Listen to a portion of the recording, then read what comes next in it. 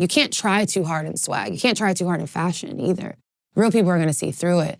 I think sometimes you have to be okay with like what I was saying, which is like that build. You have to feed the streets before you even get to getting people excited about an album. And I think those records was that for her.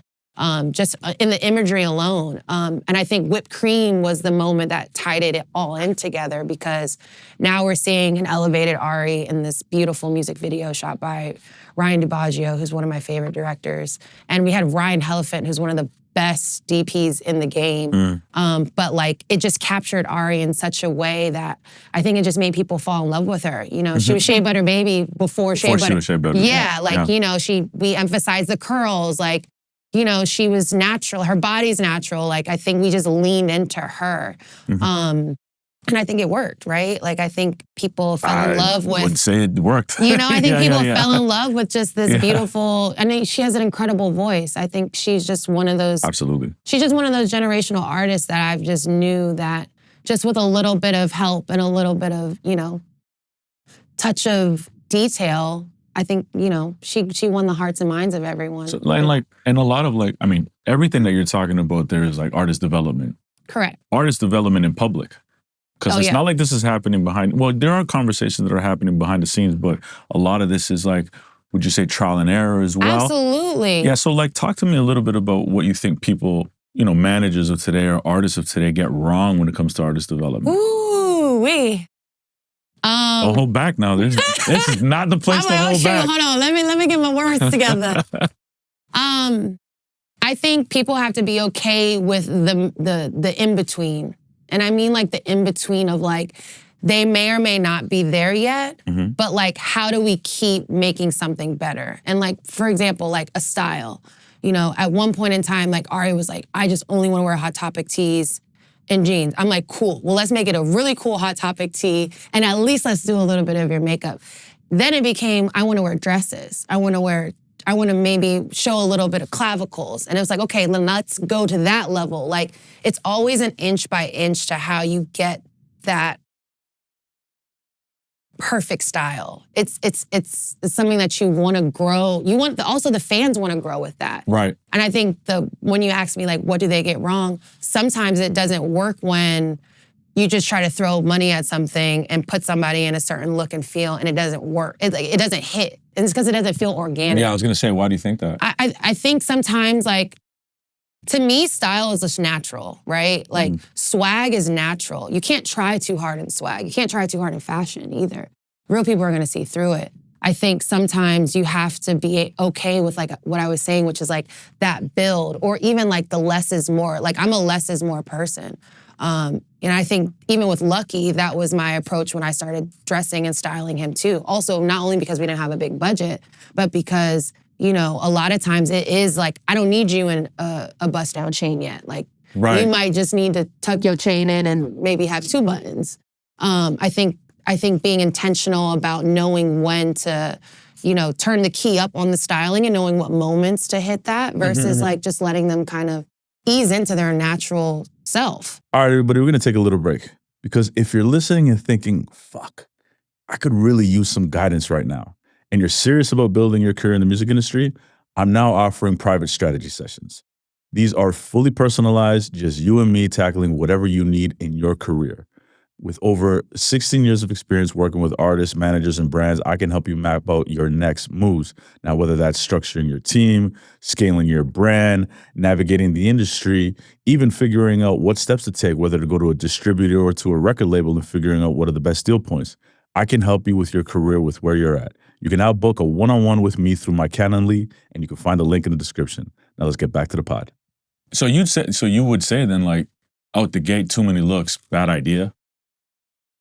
I would say trying too hard, bad idea. Okay. You know what I mean? Like trying too hard to be fly, trying too hard. Like sometimes you don't need to wear shades inside. You know what I mean? You know what I'm saying? Yeah, of course I do. Yeah. I don't know how to describe it. It's just one of those things. Seen a lot of that this Grammy week. You know? I was like, it's really dark in here. I think when you're an artist, you have the pressure of wanting to come out like you got it together. Yeah, and I think the beauty is in the build. Like the beauty is in like, let me grow with you. And that's why Ari and Lucky have such a core family. People grew with them from their style, from their evolution. You remember Shea Butter Baby to now No Vacancy Ari, and I think that's a beautiful thing because that's also what resonates with the fans the most. It's like, damn, she looks like me, she dresses like me, I want to look like her, yes. I want to look like him. Like you need those touch points, and I think it just takes a while to build that. Because they're growing people. And you're almost taking the route of like. We took the same route as well with Jessie. Yeah, we talked about that. Talk about it, yeah. And it was internally, we'd always talk about it. It was like, Jessie is the people's champ. She is. And like, let's approach it from that perspective as much as possible. Never lose that core kind of base and that audience, because they'll sniff it out if something feels absolutely off, 100%. Even if they don't know who you are as an artist, like you could sniff out whether something is, if the swag is put on, so to speak, or not. Yes. Yeah. And I think, I'm so thankful that I got to work with them because I think, when it comes to artist development, that's what myself, Natalie, and Justin were doing. Like, we were going hard to make sure, like, the way that they were being pushed into the world was nurtured. And they also themselves. Yeah. I didn't ever want them to feel pressured of, like, trying to do too much or wearing too much makeup. It's like, no, be you. You don't want to wear makeup today? Cool. You don't want to wear that today? Great. Like, yeah. You want to wear this dress? Great. Like, just kind of building real confidence also, It's hard to go out there and like sing in front of people and be also insecure with what you got on. It's like, it has to come from within. And I think, my role in both of in any artists that I work with, I always want them to feel like themselves. And I think that's why a lot of people work with me or like to work with me. Yeah. Because it's like, I'm not going to be like, yo, put this on and you're good. It's like, yo, how do you feel? Like I always ask, how do you feel? Do you feel good in this? Like I may like it, but do you like it? And that's always been my approach because that's what makes it feel authentic to the viewers anyway. So it doesn't matter if it looks fly. All these questions are my questions that I think about. But how would you deal with whenever you had to do a fashion shoot and somebody else was coming in dressing? Oh, you're trying to get into it. Yeah, because that was not easy for us. Yeah. And again, and it was difficult, at times. I'm glad you brought this up because I remember one time this happened and it was when we were figuring out Ari's album. And at first she came up with this concept and we gave it to the label and she wanted to she had a photo shoot and they brought in another stylist. And so what I will say, what I struggled with personally was like, I was manager and stylist, which is crazy. Yeah. That's not too many people. That's like credit to your talent though. Thank you. Yeah.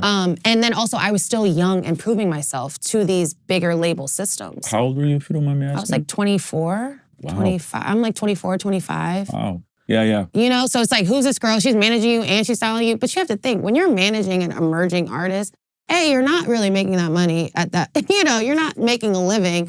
And they're two separate services at that point. I was just so committed because I'm also your manager. I'm like, whatever it takes. If I have to do this, then we have to. If I got to pack the bags and do the things, we're gonna make it work. But I'll never forget one time, the label ended up moving forward with a photo shoot and brought in another stylist.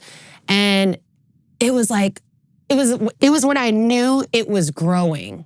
It was like a good sign. Okay. It was a good sign that like, oh shit, like I can't do everything anymore. Like I can't be the one that's carrying the bags and talking to the It's like I had to reshift, really stepping into just being a manager. And then now I'm just really being a creative director at that point. Like I'm just overseeing and making sure it still feels intentional around like what we were building. But that's happened a few times with me, with Ari and Lucky. Lucky I really did that for, through and through for a long time. But there was a point in time where Ari got her own stylist and I was happy because it's also like, this is showing she's experimental now. Now she's trying new dresses. Now she's trying a new look. And I think that's important. Like it can't just be one person kind of navigating, what that look and feel is all the time. And on top of that is like, as you mentioned, this is a clear result of growth in the artist, right? Which means that like not only growth in terms of notoriety or people are starting to get the door, but like financially, because you said this to me and I'd love for you to even like really break this down because you mentioned styling is a luxury. Oh, I did. I said it's a luxury service. It's a luxury service. Mm-hmm. I sometimes sit here and I go, you know, when some people talk about like glam and makeup and they talk tens of thousands of dollars, and I'm like, not even a record has been put out to the world. 100%. I'm like, what is happening? A lot's happening. Wild. Yeah. Yeah. Well, we live in America, and this is a perceptive place. So people invest into the aesthetics of what they want to. Yeah, that's why I don't get it, because I'm Canadian. I knew you were going to say that. Maybe that's why. I knew you were going to say that. But we lean in on the ego. They lean in on the vanity. Like, it just is what it is, right? We care about how we look. Which is fair. Which is fair. Yeah, and now we're talking about the music business. So, yes, true. You know what I'm saying? You're talking about entertainment. Yeah. It's just one of those places where you have to kind of show up, and you have to be in your best, you know, and the best look and feel that you can give. But how can you do that in a way when the bag isn't there to spend? Oh, so how was I crafty? Yes. How are you doing this? I do a lot of thrifting and consignment shop, and a lot of, I'm the most thriftiest probably stylist, I would say. I didn't even have a big budget. I didn't have a big budget for a music video until Break Me Off. I had a little bit of a budget. Up Late, I had a little bit of a budget. But, you know, a lot of consignment shops. I mean, I'd be out 10 hours a day, like going to Wasteland, going to Buffalo Exchange, going to Goodwill, going to the tailor, taking this jacket in, like making something work. Like I found a $50 suede jacket, I might crop it. I was just always figuring out ways to like, you know, affordably make fashion. Right. And then I then was able to like meet designers who would loan me some clothes. I would say like Donnie from Nemise, I always will give him love because he was one of the first designers to like give me clothes for Lucky. He was like, take my keys, go to my house. And he's now one of the biggest men's luxury brand designers. But, you know, it was designers also taking a chance on me and being like, who's this artist? Because you got to think, they're like, who? Lucky who? Where is this going to be? Who's going to like? Yeah. You know, and fashion is very cachet. So if you're not of a certain caliber, a lot of times designers don't want to loan you clothes. So how did you convince them? This is prior to them really, you know, being who they are in terms of artist stature, right? So like, what's the secrets here for you getting them to lend you or give you clothes? My secrets is God has always put good people in my life. And I think all of this is because of my relationships. So at the time, my friend Rihanna, who I met, who was at the time styling J. Cole and eventually became his design director, I called her and I was like, yo, I need something for Lucky. She was like, oh, I just met this designer, called Donnie. And then I met Donnie, and then, you know, Donnie looked out. He was like, yo, you're a friend of Rihanna, you're a friend of mine. And we've all been friends ever since. And like, that's just been my career. Like, I've always been able to meet people at the right place and right time. And somehow, like, these angels fall from the sky and help me because I, you know, have a good heart and I just want to make good art. Definitely. You know? Yeah. You're coming from a real place. You're somebody who really wants to make sure that the artist is being protected, making sure that the artist is being seen. You love what you do. I love to make things look and feel beautiful. I love to leave things better than I found them. Like, that's just what I do.